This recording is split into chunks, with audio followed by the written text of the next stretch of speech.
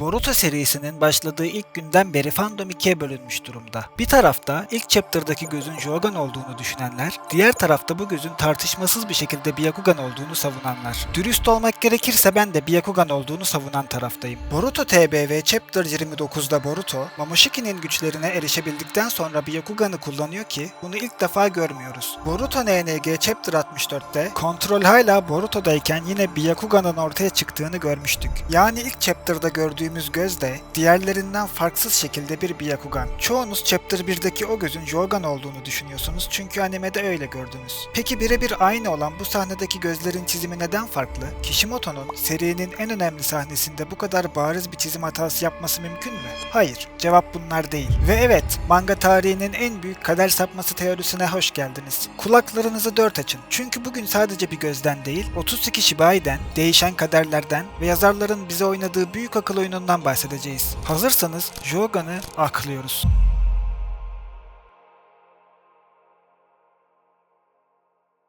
Öncelikle şu teknik detayı aradan çıkaralım. Jogan bugüne dek sadece animede aktif olarak işlendi. 32 Toneri'nin kehanetleri, Noe Arkı, Urashiki ile olan savaşlar. Animede bu göz 32 mirasının zirvesi, tanrısal bir güç ve dünyayı kurtaracak umut ışığı olarak lanse edildi. Ancak mangaya döndüğümüzde bu gözden eser yok. İnsanlar bu yüzden Jogan animenin uydurmasıydı. Mangada asla olmayacak diyor. Ancak unuttukları bir detay var. Biz ilk chapter'da mutlak geleceği mi okuyoruz yoksa olası bir kaderi mi? Bu sorunun cevabını videonun ilerleyen kısmında öğreneceksiniz. Fakat öncesinde Boruto TBV Chapter 13'e dönmemiz gerekiyor. Koji bu bölümde sahip olduğu 10 yön tekniğini tanıtır. Bu teknik kısaca ona tüm olası gelecekleri bir film şeridindeki sahneler gibi gözlerinin önünde canlandırma imkanı verir. Koji bu bölümde Boruto'ya Sarada ve kendisinin Kawaki tarafından öldürüldüğü bir gelecek gördüğünü fakat bunun gerçekleşmediğini anlatır. Bu öldürme olayının Naruto'nun Daikokuten boyutuna gönderilmesinden hemen sonra yaşanan dövüşte olduğu da Koji tarafından belirtilir. Koji'nin anlattığı bu kısmı aklınızın bir yerine yazın. Şimdi daha da geriye Boruto NNG Chapter 75'e gidiyoruz. Hatırlarsanız Momoshiki, Byakugan'ı sayesinde Boruto'nun kaderini parçalar halinde görmüş ve düşüncelerin çakışması sebebiyle gelecekten olan görüntüleri Boruto'da görmüştü. Buraya bir parantez açarak Momoshiki ve Koji'nin yeteneklerinin farkını kısaca anlatacağım. Bu iki yetenek, geleceği görme prensipleri bakımından temel bir farka sahiptir. Biri tek ve mutlak bir sonu görürken, diğeri sonsuz olasılıkları görür.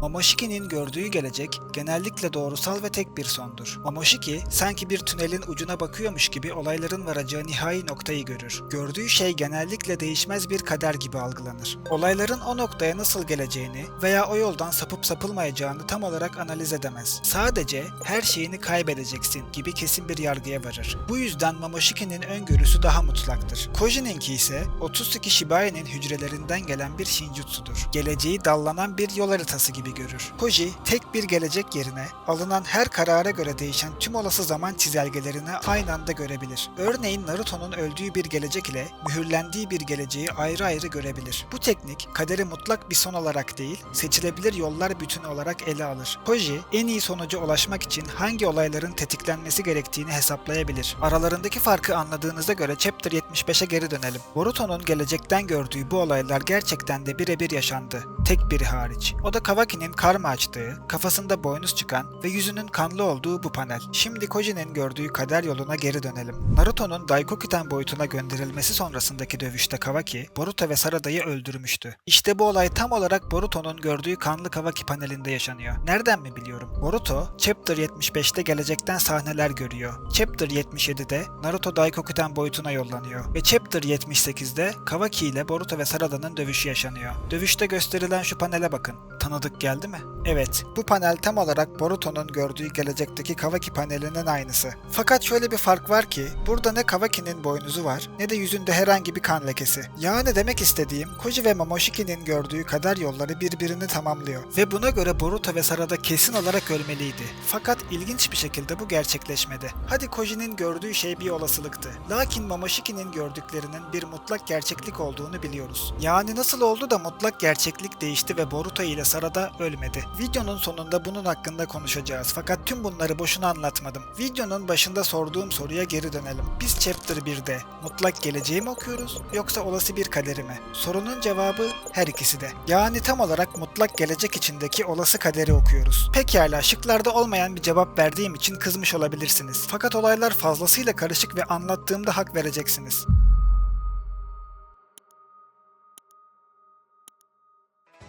Teorim şu şekilde. Biliyorsunuz Boruto, TBV-29 ile beraber artık Momoshiki'nin Byakugan'ını kullanabiliyor. Tıpkı geçmişte Momoshiki'nin Boruto'nun kaderini görmesi gibi, Boruto'nun da bu Byakugan sayesinde Kawaki'nin kaderini göreceğini düşünüyorum. Ve gördüğü gelecek, bizim Chapter 1'de okuduğumuz panellerin birebir aynısı olacak. Yani biz aslında ilk Chapter'da Boruto'nun gördüğü Kawaki kaderini 3. bakış açısıyla okuduk. Ve evet, Kawaki'nin gözünden Boruto'ya baktığımız panelde, Boruto'nun gözünde yine Byakugan göreceğiz. Peki Jougan bu işin neresinde? Momoshiki'nin gördüğü Boruto kaderini hatırlayın. Diğer her şey gerçekleşirken kanlı Kawaki paneli asla gerçekleşmedi ve Boruto'nun öldüğü mutlak gelecek değişti. Ve ben de diyorum ki diğer her şey gerçekleşirken gözünde Byakugan olan panel gerçekleşmeyecek ve mutlak gelecek değişerek orada Jougan göreceğiz. Yani demin dediğim gibi bu Byakugan sahnesi mutlak gelecek içindeki olası kaderin tam olarak karşılığı oluyor. Pekala, ölmesi gerekirken ölmüyor ve teorimi doğru kabul edersek normalde Byakugan'a sahip olması gerekirken çok daha güçlü bir göz olan Jougan'a sahip oluyor. Boruto'nun faydasına kaderi değiştiren birileri olduğu bariz şekilde ortada ve bu kişinin tahmin edebileceğiniz gibi Otsutsuki Shibai olduğunu düşünüyorum. Shibai, binlerce yıl boyunca sayısız gezegende karma aracılığıyla kendini yeniden canlandırarak ve çok sayıda çakra meyvesi tüketerek evrimleşmiş, sonunda fiziksel bir vücuda ihtiyaç duymayacağı bir boyuta yükselmiştir. Bu bilgilere dayanarak Boruto-Shibai bağlantısı kurmak çok zor. Fakat seri içerisinde bazı tuhaf detaylar var. İlk detay Jura'nın sözleri. Jura tam Boruto'yu öldürmek üzereyken Mamushi beliriyor ve Boruto'nun bir müttefi olduğuna dair bilgiler veriyor. Sonrasında Jura, Hidari'nin ruh dikeninin çürümemesi gerektiğini söyleyerek geri çekilmeye karar veriyor. Ardından Boruto için "Sen olağanüstü şansa sahip bir adamsın. Sanki gökler senin hayatta kalmanı istiyormuş gibi. Buna ilahi bir vahiy diyebilirsin," diyor ve geri çekiliyor. Burada bahsedilen kişi bana göre net bir şekilde Shibai ve Boruto'nun kaderini bilinçli bir şekilde değiştirerek ölümünü ikinci kez engelliyor.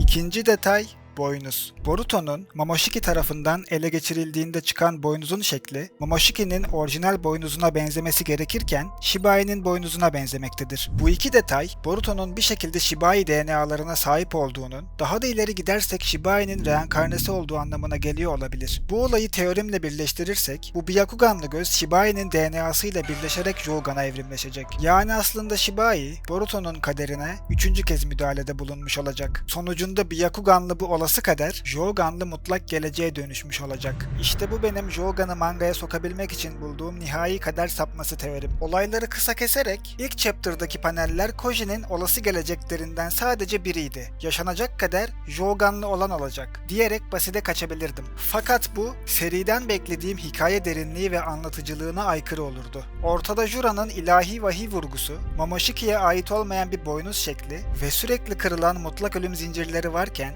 bu olayı sadece Koji'nin gördüğü rastgele bir senaryo diyerek geçiştiremeyiz. Son olarak Shibai neden Boruto'nun kaderiyle oynuyor meçhul. Belki kendi kişisel çıkarları vardır veya olay bir şekilde Akebi ile alakalıdır. Bunu şu an için bilmek imkansız. Umarım ilerleyen zamanlarda öğreniriz. Peki sizin bu kader sapması teorisi hakkındaki düşünceleriniz neler? Boruto ile Shibai'nin bir bağlantısı var mı? Ve sizce Jougan mangaya gelecek mi? Yorumlarda teorilerinizi bekliyorum. Hepsini tek tek okuyacağım. Eğer teoriyi ve videoyu beğendiyseniz aşağıdan like atmayı ve kanala abone olup bildirimleri açmayı unutmayın. Ve beni Instagram'dan takip edebilirsiniz. Orada daha aktifim. Bir sonraki videoda görüşmek üzere, hoşça kalın.